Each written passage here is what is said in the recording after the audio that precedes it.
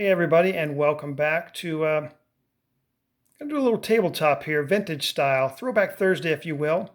I know, I have over 1,000 subscribers, and almost all those are vintage collectors. In all honesty, and I haven't done a whole lot of vintage stuff lately, so I thought I'd break out the Jim Palmer collection because I don't recall I've done a Jim Palmer video, if ever, to showcase some of mine. And another positive is I actually have all my Jim Palmer cards here at my house. None of his cards are so expensive that I have to keep them off-site and storage and secure. Unfortunately, that's the case with a lot of my other stuff that I have now, just because of the nature of the hobby and how expensive some of this stuff has become. So let's start from oldest to newest, and we'll take a look at his rookie from 1966.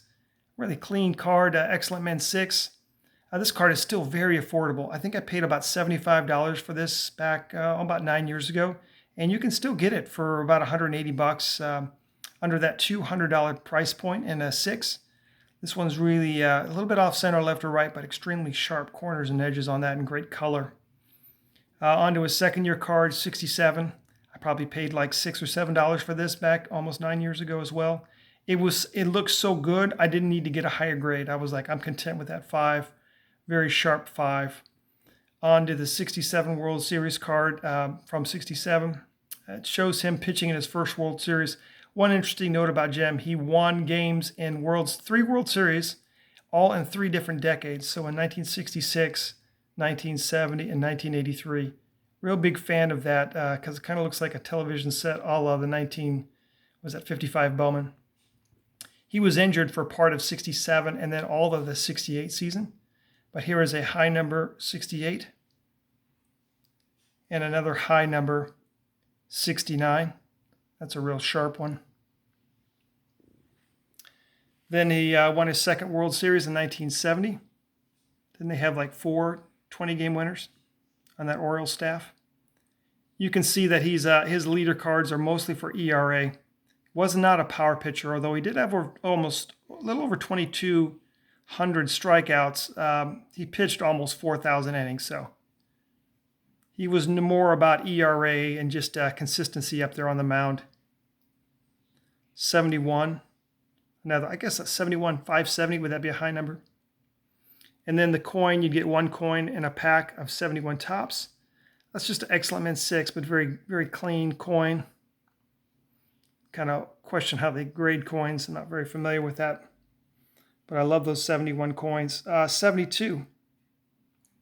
Clean 7s on both the regular card and then his ERA leaders that he shared with Wilbur Wood and Vida Blue.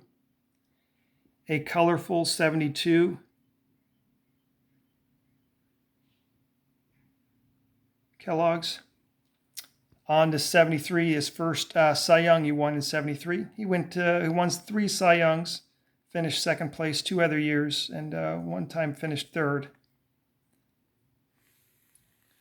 A cool Topps candy lid in a VGX.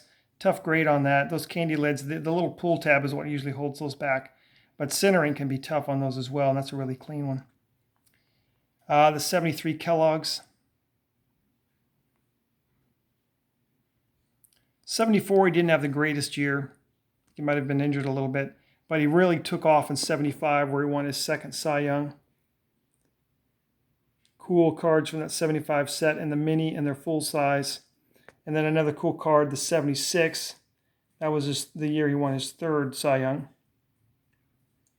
Finished second in 77 as well as 82. Another cool card. Shows him with the victory leaders with Randy Jones. That's actually an O-Pee-Chee, a little tougher.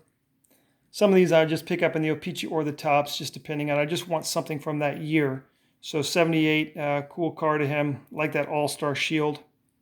And then an O-Pee-Chee version of the 79. Clean 81 copy. Showing him in action. Probably should get the Topps in a little higher grade than a 7, although this O-Pee-Chee 7 looks fine. Then I have a nice little Fleer run from the early Fleer years, 81, 82, and then lastly, 83. Last card is more of a modern. This is a 2001 Topps Tribute. It's got a little bit of a game-worn jersey.